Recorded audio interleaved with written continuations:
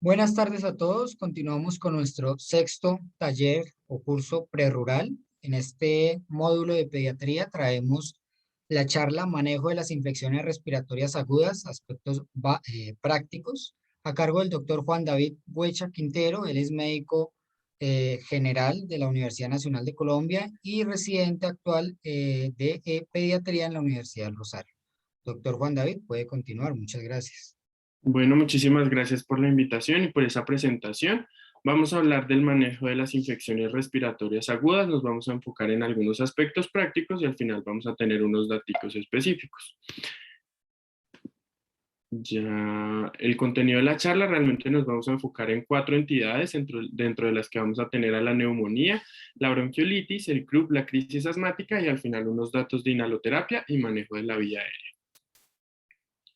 Entonces, en primer lugar, vamos a hablar de la neumonía adquirida en la comunidad. La neumonía adquirida en la comunidad se va a definir como la presencia de signos y síntomas de una infección respiratoria aguda del parénquima pulmonar en un individuo en cuya infección debió darse en el entorno extrahospitalario.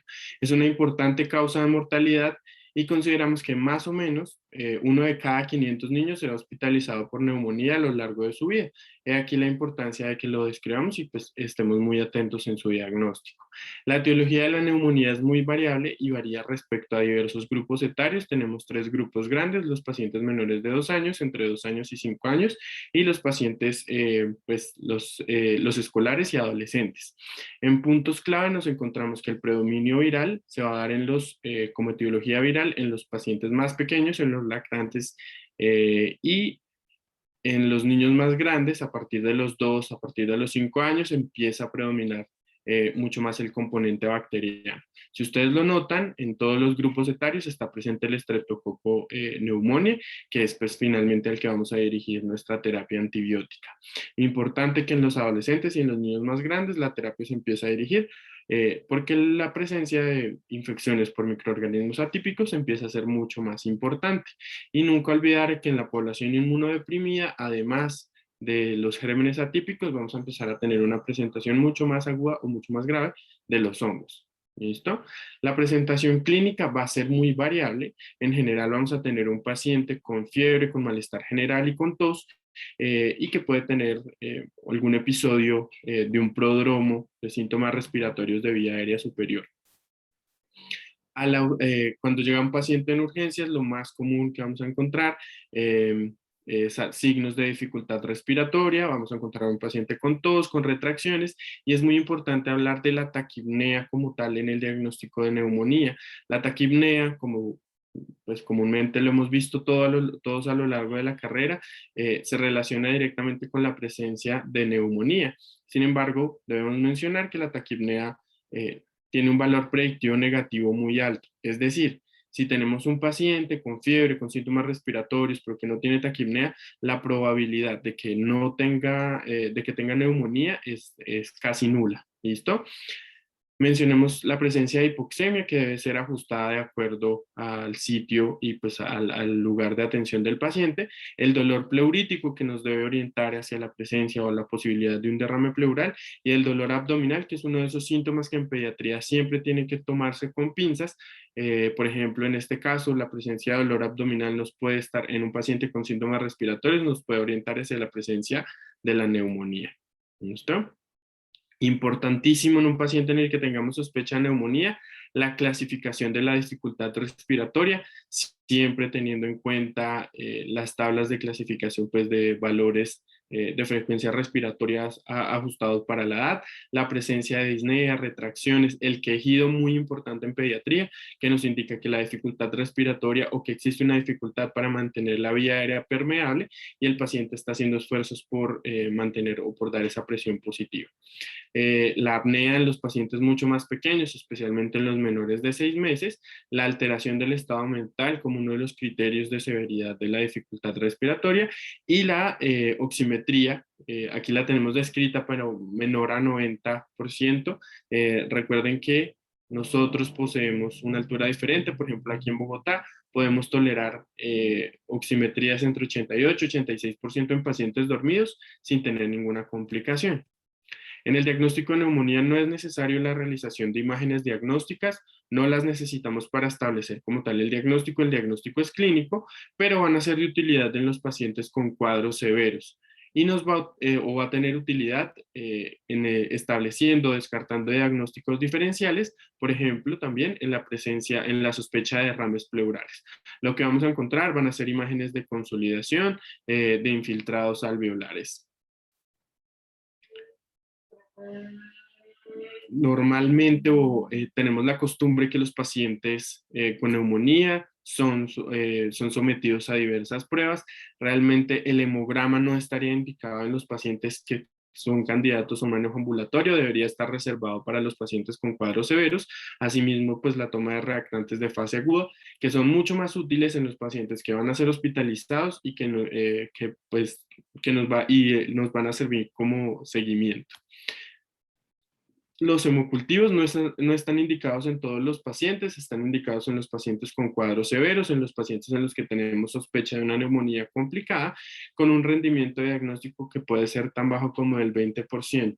Entonces, siempre seleccionar muy bien los pacientes que pueden llegar a necesitar. No están disponibles tampoco los hemocultivos en todos los sitios de atención. El cultivo de esputo puede ser útil en niños mayores que permitan o en los que se pueda realizar la toma de la muestra. Y finalmente el panel viral, que sí está recomendado en las guías, considerando pues el manejo disponible para el manejo de influenza y la detección de algunos otros virus. Sin embargo, de igual forma no está disponible en todos los sitios de atención, específicamente en los primeros niveles de atención, no contamos con él. Pensando en ustedes, pensando en la atención primaria, les traigo los criterios de remisión y hospitalización en los pacientes con neumonía, específicamente la neumonía severa, siempre clasificada de acuerdo a la dificultad respiratoria. Los pacientes entre 3 y 6 meses son candidatos a un manejo intrahospitalario, considerando el mayor riesgo de intervenciones y el mayor riesgo de deterioro del patrón respiratorio.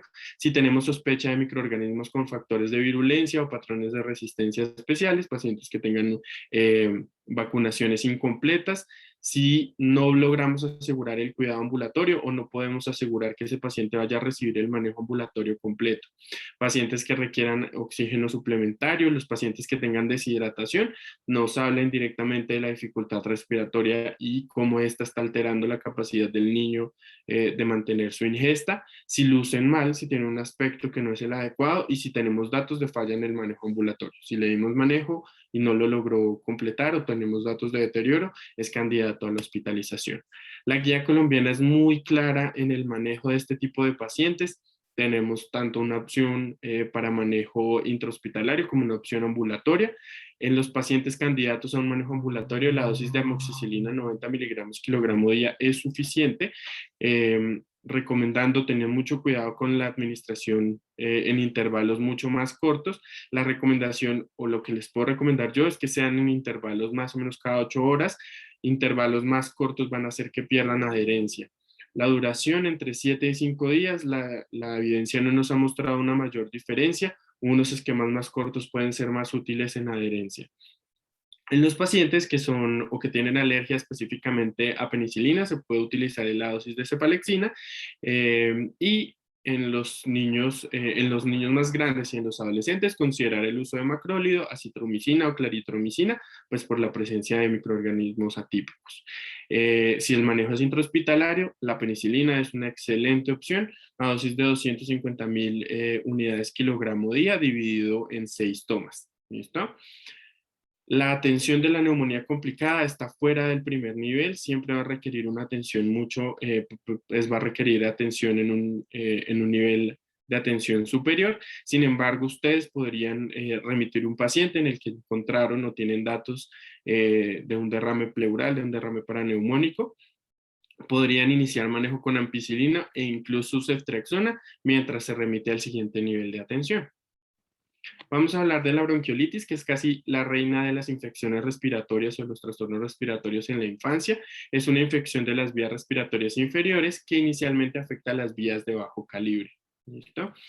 La definición operativa va a ser el primer episodio de sibilancias en un niño menor de 12 o 24 meses que presenta signos y síntomas de infección de la vía aérea inferior sin ninguna otra causa que nos esté explicando el cuadro actual. ¿Listo?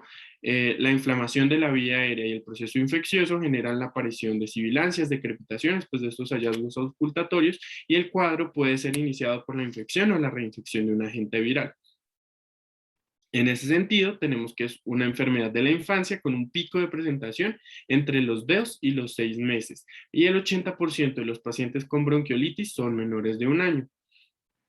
Predomina, perdón, en los hombres, en los niños varones, y tiene factores de riesgo para hospitalización y para severidad del cuadro, dentro de los que vamos a encontrar los pacientes pretérmino, los pacientes menores de 12 semanas, el uso de fórmulas lácteas como forma de nutrición, pacientes con cardiopatías, específicamente pues con falla cardíaca, y la exposición a humo de cigarrillo y a humo de leña. En la etiología tenemos tres entidades principales: el virus sincitial respiratorio, que puede llegar a ser hasta la mitad o puede generar la mitad de los casos de bronquiolitis. También importante el rinovirus y el virus de la parainfluenza. Sin embargo, aquí vamos a encontrar que el adenovirus y el enterovirus pueden estar causando un gran número de casos. Nosotros no contamos con picos específicos relacionados con las estaciones. Nuestros picos se relacionan más con los niveles de humedad, con los niveles de temperatura y pues con situaciones específicas como los ingresos a, a los colegios. En la clínica vamos a encontrarnos que son pacientes con signos de inflamación de mucosas e irritación de la vía aérea superior, dentro de los que vamos a encontrar rinorrea, congestión. Es un diagnóstico que se realiza de forma clínica. Vamos a encontrar que estos pacientes tienen un prodromos de coriza entre 1 y 3 días, que se continúan con tos persistente, taquipnea, retracciones, o pues pueden cursar con los dos síntomas. En la auscultación vamos a encontrar sibilancias, podemos encontrar estertores, en general movilización de secreciones y obstrucción al flujo del aire. Es común que sean pacientes que tengan fiebre y que tengan dificultades con la alimentación. La mamá nos narra que no está recibiendo el seno, que se cansa recibiendo el seno.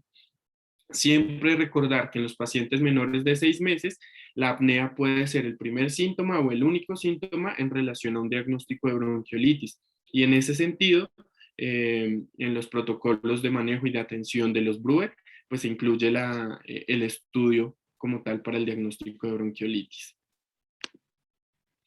Importantísimo la clasificación. Para la clasificación de la dificultad respiratoria en bronquiolitis, contamos con la escala de Wood-Downes-Ferrez, que nos permite valorar la gravedad de la bronquiolitis, nos permite hacer una valoración objetiva y nos permite evaluar a lo largo del tiempo cómo está o cómo evoluciona ese paciente con las intervenciones, evaluando 6 criterios clínicos. ¿Listo? Muy importante que lo dejen registrado en la historia clínica para ustedes y para sus compañeros. Nos permite que esa diferencia que existe interobservador, sobre todo en los lactantes, es muy difícil decir este paciente tiene un poquito de dificultad versus mucha dificultad, y la mejor forma de tenerlo claro es la clasificación con la escala de Wood-Downes. No nos define intervenciones, no nos define qué vamos a hacer, pero nos define la evolución de ese paciente. En la evolución no es necesaria la realización de radiografía, no está recomendada, y puede ser necesaria pues para descartar diagnósticos diferenciales. Si hiciéramos una radiografía, lo que vamos a encontrar son infiltrados paraireales, podemos encontrar encruzamientos peribronquiales e incluso podríamos llegar a encontrar imágenes de atelectasia. No vamos a encontrar derrames pleurales, no vamos a encontrar imágenes que nos sugieran consolidación. Estos pacientes no son candidatos a realización de laboratorios, no se requieren de forma rutinaria, pero, por ejemplo, en los pacientes menores de 2 meses o en los lactantes pequeños que estén febriles, se ha encontrado cierta relación entre el diagnóstico pues, de bronquiolitis e infección de vías urinarias. En esos pacientes cabría la posibilidad de realizar un parcial de orina. La identificación viral tiene mucha más utilidad de forma epidemiológica, pero las guías lo que nos dicen es que ese aislamiento por cohortes pues, puede no ser tan útil. El tratamiento en la bronquiolitis todavía es objeto de debate. Tenemos evidencia, pero la evidencia es inconclusa. Dentro de lo principal o lo que les recomiendo a ustedes es el manejo de soporte, la higiene nasal, la terapia respiratoria, todas estas medidas de confort, el uso de oxígeno, la oxigenoterapia, y aquí les traje un punto principal, un punto muy, muy especial, que es asegurar el estado de hidratación. Estos niños, por la dificultad respiratoria, por el gasto energético y por limitaciones para la succión y para la ingesta, llegan a cursar con estados de deshidratación severos. No todos los niños con bronquiolitis requieren que se canalice, requieren que aseguremos una vía. En los pacientes con dificultad respiratoria o con un estado de hidratación que esté empezando o pues que cursen con algún grado de deshidratación, podemos realizar el paso de una sonda nasogástrica, facilitando así pues la ingesta o manteniendo un mejor estado de hidratación que repercute en todo el estado clínico del niño. La terapia farmacológica, los broncodilatadores totalmente pues no se recomiendan, no han mostrado evidencia en el manejo de la bronquiolitis, podrían llegar a considerarse como una prueba terapéutica, siendo muy claros en que la prueba terapéutica se realiza en el servicio de urgencias y si no hay respuesta se debe suspender y no mantenerse en ningún momento. La solución hipertónica, útil en los niños que van a ser hospitalizados, pero no es útil en la sala de urgencias para volver a enviar niños hacia la casa, reducen la duración de la hospitalización. Ya. La adrenalina no está recomendada como tal su uso, no hay evidencia en el uso, en la administración de la misma en el servicio de urgencias, y el uso de corticoides realmente no tiene ninguna indicación, se puede o tiene cierta evidencia de resultados específicamente en los pacientes con bronquiolitis severa, sobre todo en los pacientes que están o que requirieron manejo en la unidad de cuidado intensivo. Para las bronquiolitis leves a moderadas no está indicado y si ustedes lo ven, deberían empezar o deberían educar a sus compañeros. Vamos a hablar del croup, que es una enfermedad de los niños pequeños que se va a manifestar por disfonía, llanto, tos, una tos que es clara, pues que tiene características específicas. La traje aquí como tos de perro, pero ustedes la van a escuchar también como tos metálica. Se va a caracterizar por la presencia de un estridor inspiratorio y grados de dificultad respiratoria. Más o menos corresponde al 15% de las enfermedades respiratorias agudas en la infancia. El grupo etario en el que se presenta son los niños entre 1 y 6 años, con un pico de presentación hasta los 18 meses. Es más común en los niños, en los hombres. Y dentro de los factores de riesgo para desarrollar croup tenemos un antecedente de historia familiar y tabaquismo en los padres o exposición a humo de leña. Las manifestaciones clínicas son muy variables. Vamos a tener síntomas respiratorios de vía aérea superior, con con la aparición del estridor o de la aparición de tos de forma paulatina en un transcurso de entre 12 y 48 horas. No es tan común que tengan fiebre, pero puede llegar a presentarse y lo que vamos a encontrar pues es el estridor inspiratorio que ya les había mencionado. No es común que estos niños cursen con disfagia, que nos puede orientar hacia un diagnóstico diferencial, así como fiebre intensa o fiebre de difícil control, que también nos empiezan a orientar hacia otro tipo de diagnósticos. Estos pacientes en general, además, aparte de la dificultad respiratoria, se ven clínicamente bien. Si vemos un paciente séptico, nos debe orientar, por ejemplo, hacia un diagnóstico de epiglotitis con un manejo totalmente diferente. Si tenemos la certeza o estamos seguros de un diagnóstico de croup, la evaluación del estado clínico de ese paciente, contamos con la escala de Wesley para valorar la gravedad. La escala de Wesley, a través de la medición de 5 variables clínicas, nos permite clasificar a ese paciente. En este caso, específicamente para croup, sí nos permite definir cuál va a ser el manejo inicial de este tipo de pacientes y adicionalmente nos va a permitir hacer una valoración de su desarrollo a lo largo del tiempo. Para el diagnóstico tampoco es necesaria la realización de una radiografía. Sin embargo, si ustedes recuerdan la tabla anterior, el inicio del croup puede ser progresivo, puede ser un poquito más agudo y solo se va a caracterizar por tos y por el estridor. Esta clínica es muy similar a la clínica de la ingesta o la aspiración de cuerpo extraño. En ese sentido, la radiografía tiene utilidad para permitirnos descartar ese diagnóstico diferencial. No es necesaria la realización de hemograma y reactantes, excepto en los pacientes febriles que lucen sépticos, que no tienen una evolución favorable, que nos ayuda a orientar, por ejemplo, hacia una etiología bacteriana en el caso de la epiglotitis. El manejo del CRUP tiene pautas muy claras. Recuerden que tenemos opciones, acá en la ciudad tenemos opciones que de pronto no están disponibles en sus rurales. Para los cuadros de CRUP leve tenemos disponible la opción de dexametasona oral a dosis de 0.15 miligramos kilogramo, una dosis única. Sin embargo, lo que les decía, en los primeros niveles de atención no está disponible. Ahí lo que contamos es con dexametasona intramuscular, una dosis de 0,6 miligramos. Puede ser enviado para la casa de ese paciente sin necesidad de intervenciones adicionales.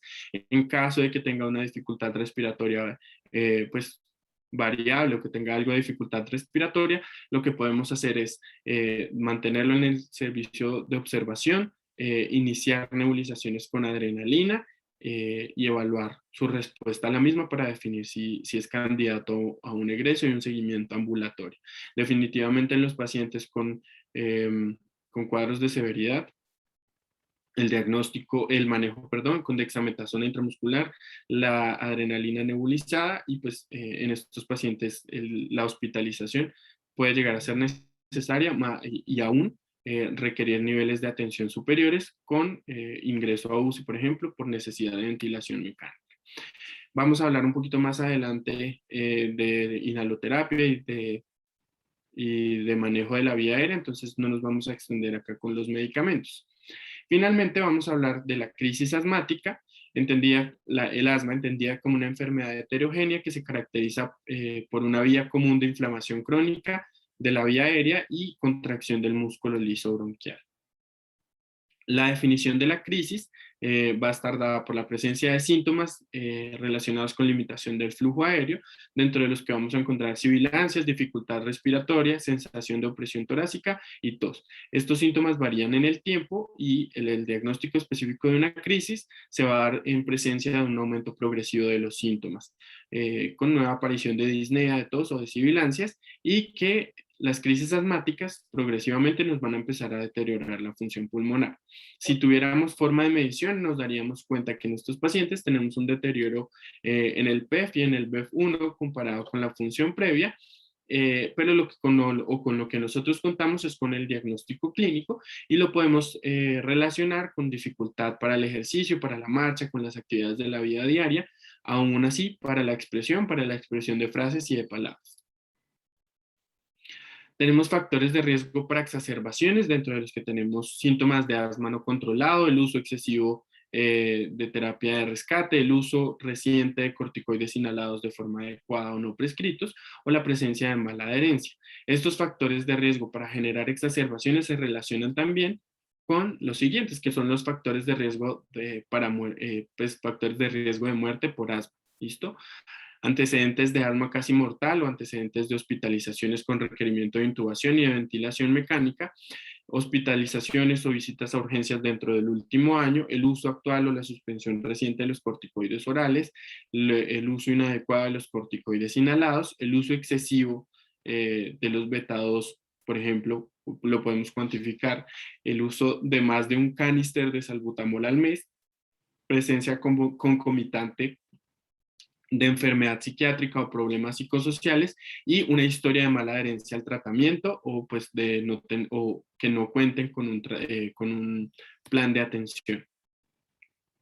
Los pacientes siempre van a tener un plan de manejo en las crisis ambulatorias, se lo dejo porque ustedes deben supervisarlo, pero finalmente nos vamos a centrar específicamente en los pacientes en los que van a consultar con nosotros al servicio de urgencias. En estos pacientes que tienen manejo ambulatorio y en el que este falla, la presencia o la ausencia de respuesta al broncodilatador o la presencia de dificultad para la expresión, la presencia de cianosis, de retracciones, nos deben hacer consultar al servicio de urgencias y nos deben hacer o considerar que ese paciente va a requerir atención prioritaria. Dentro del abordaje inicial vamos a consultar cómo son los síntomas de ese paciente, cuánto tiempo lleva en crisis, cómo está el control de sus síntomas previo a esta exacerbación, cómo ha sido el uso de los inhaladores en la casa, si tiene medicación actual, cómo la está usando, si por ejemplo el beta-2 lo tiene disponible, cuánto beta-2 lo usó, cuánto beta-2 usó, por ejemplo, en las últimas 24 horas y si tiene historia de crisis severa. Nosotros vamos a encontrar pacientes agitados, con incapacidad, no toleran el decúbito, suelen estar sentados o prefieren estar de pie, tienen dificultad para la expresión de frases, de palabras, tienen taquipnea y pueden llegar a tener alteración del estado mental. En ese sentido, necesitamos la evaluación de la severidad y aquí tenemos el score de severidad pulmonar a través también de 5 variables clínicas, nos permite hacer una clasificación del paciente y nos permite evaluar cómo está el paciente al ingreso y cómo evoluciona con las intervenciones que realizamos. Estos pacientes requieren que tengamos metas terapéuticas muy claras en corrección de la hipoxemia y de la hipercapnia, en prevenir o revertir rápidamente la obstrucción del flujo, que es el punto principal de la fisiopatología del asma, perdón, y reducir la probabilidad de recurrencia. Entonces, en primer lugar, la oxigenoterapia. Estos pacientes están cursando con una alteración de la relación ventilación-perfusión y pues, dependiendo de la severidad del cuadro van a presentar hipoxemia. Nuestras metas no son tan altas, nuestras metas pueden ser para la oximetría más o menos alrededor del 90%, y todo medicamento que sea nebulizado en estos pacientes debe ser o requiere el uso de oxígeno a flujos altos, más o menos entre 6 y 8 mililitros. Vamos a hablar de los medicamentos que pueden tener utilidad en la crisis asmática. Tenemos el salbutamol. El salbutamol lo vamos a encontrar a través de micronebulizaciones o de inhalaciones que pueden ser igual de eficientes con similares desenlaces y eventos adversos. Considerando igual que, por ejemplo, en las nebulizaciones estamos otorgando oxígeno humidificado, pero que esta ventaja se puede perder un poquito porque el medicamento puede quedarse en el sistema o en la atmósfera, ¿listo? La guía GINA nos sugiere que el salbutamol se puede utilizar de forma continua en la primera hora, asegurando 3 tratamientos en la dosis de salbutamol en las crisis severas a moderadas. El corticoide sistémico, importantísimo en la primera hora, reduce el tiempo de hospitalización, reduce la hospitalización del paciente, aún incluso el uso en triage reduce la hospitalización de esos pacientes. Dosis de prednisolona 2 miligramos kilogramo día el primer día y dosis entre 1 y 2 miligramos kilogramo día en los días 2 a 5. Se recomiendan esquemas entre 3 y 5 días. Podemos utilizar metilprednisolona dependiendo del estado clínico del paciente y la dexametasona también es una de las opciones. Pero digamos, está un poquito contraindicada en relación a los efectos metabólicos que puede tener. El corticoide inhalado se recomienda el inicio o el aumento de la dosis en la primera hora, reduce la necesidad de hospitalización y pues es útil en los pacientes que no están recibiendo manejo sistémico. La dosis varía dependiendo de la edad, en niños menores de 5 años hasta 1.600 microgramos día, en los niños entre 6 y 11 años hasta 2.000 microgramos día. Y se va a dividir la dosis entre 2 a 4, pues la dosis total se va a dividir entre 2 a 4 aplicaciones. Y estos esquemas de duración pues están descritos en la guía entre 5 y 10 días. El bromuro de hipatropio, útil en los pacientes con crisis moderadas a severas, pero se tienen que administrar de forma conjunta. La combinación de bromuro y salbutamol disminuye las hospitalizaciones y mejora la función pulmonar. Pero el bromuro previene la hospitalización, es decir, si un paciente tiene una crisis asmática con una severidad tal que requiere manejo intrahospitalario, en ese sentido ya no sería útil el bromuro. El bromuro tiene que administrarse igual que al mismo tiempo que el salbutamol. Lo que ustedes ven de intercalar las dosis de salbutamol y bromuro no nos sirve. Vamos a hablar un poquito más adelante. El sulfato de magnesio, indicado en las exacerbaciones que no mejoran con el tratamiento inicial después de la primera hora o como ayudante en crisis que amenacen la vida. ¿Listo? Específicamente en crisis severas o moderadas que tuvieron o que tendieron a empeorar con las terapias que describimos previamente. La dosis del sulfato de magnesio, 40 a 50 miligramos, máximo 2 gramos, se aplican de forma intravenosa, se tienen que diluir y el tiempo de aplicación puede ser entre 20 y 60 minutos. Tener siempre en cuenta que estos pacientes o el uso del sulfato de magnesio puede generar hipotensión, preferiblemente en pacientes que tengan un adecuado estado de hidratación o si lo vamos a retrasar, si creemos que es un paciente que su condición clínica amerita el manejo de sulfato de magnesia, optimizar la hidratación de estos pacientes y la vigilancia durante y después de la administración. El monitoreo de estos pacientes se va a realizar con criterios clínicos a través de los signos vitales, el estado de alerta y el uso de músculos accesorios. Debería evaluarse más o menos entre 20 y 30 minutos a partir de la primera hora de manejo. Las oximetrías como forma de vigilancia, siempre considerando que posterior a la administración, sobre todo en los pacientes más pequeños, del beta 2, como efecto secundario puede haber algo de hipoxemia en el paciente, entonces siempre considerando que la evaluación tiene que ser tiempo después de la administración de la nebulización. Y no es necesaria la radiografía de tórax, a menos que sospechemos un proceso cardiopulmonar o una complicación alternativa, como por ejemplo la presencia de un cuerpo extraño. Les traía algunos datos prácticos en inhaloterapia y en manejo de la vía aérea. Recuerden siempre que solo, o lo que nos dice la bibliografía, es que solo el 20% de los profesionales en medicina conocen y enseñan una adecuada técnica inhalatoria. Esto es producto o genera fallos en la adherencia al tratamiento de los pacientes asmáticos. Tenemos barreras propias nosotros porque no conocemos el uso adecuado de este tipo de terapias y no tenemos un entrenamiento específico. ¿Listo? Tenemos, por ejemplo, disponibles en Colombia el uso de los espaciadores. Tenemos espaciadores con boquilla y con máscara. La boquilla debería estar reservada solo para pacientes mayores de 5 o 6 años que son muy colaboradores y que nos permiten hacer esa evaluación y que nos permiten hacer un buen uso de este tipo de dispositivos. La inhalocámara requiere que se haga una limpieza de cada una de las partes previa a la administración y ese lavado de las piezas se puede realizar con jabón y el secado tiene que ser secado al ambiente por escurrimiento. No se deben utilizar trapos porque estamos cargando una superficie plástica con una carga negativa que con la administración de medicamentos va a hacer que se adhieran a las paredes. Alguna bibliografía nos describe el uso de algunos puffs dentro de la cámara para como un priming, evitando la adherencia del medicamento, pero estamos desperdiciando y no es pues costo efectivo. Simplemente con la limpieza y el secado al aire funciona muy bien y no tenemos esa pérdida de medicamento.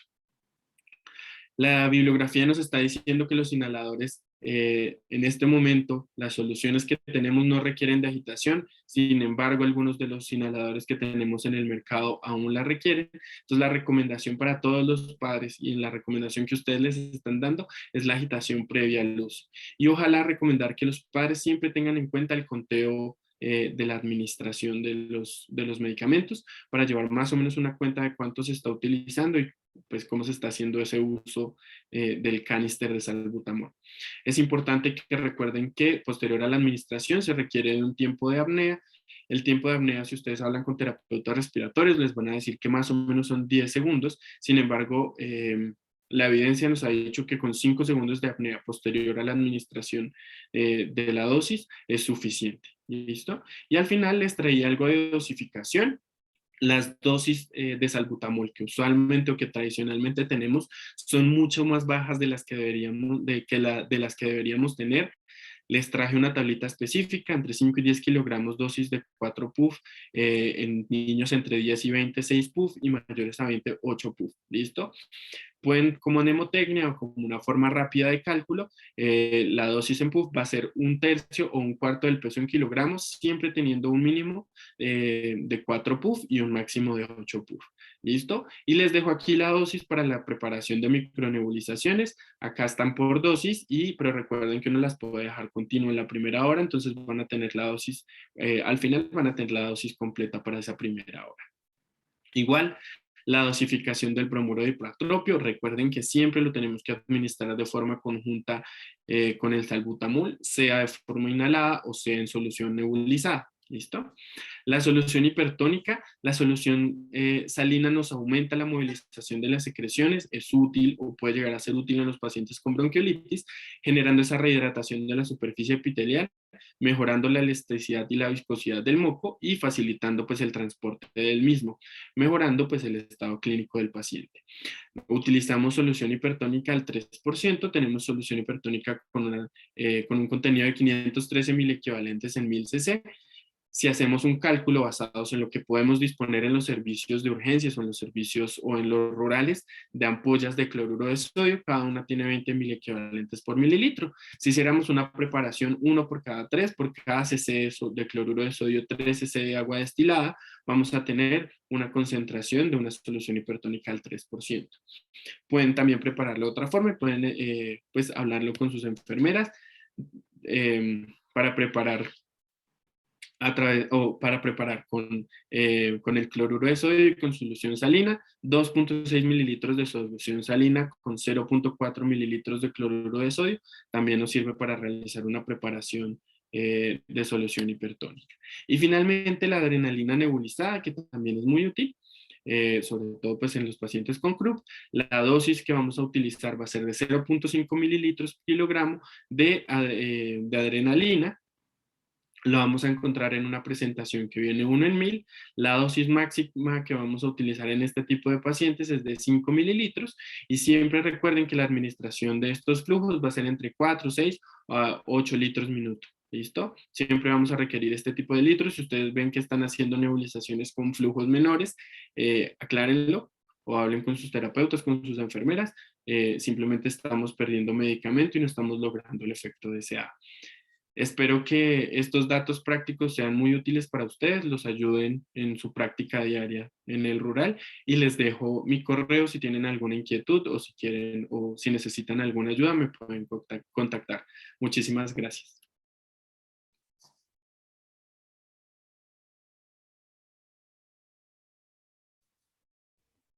Doctor Juan David, mil y mil gracias por compartir su conocimiento con nosotros. Es y será de gran ayuda para todos nosotros. Lo esperamos en próximos eventos de la asociación. Muchas gracias. No, muchísimas gracias a ustedes.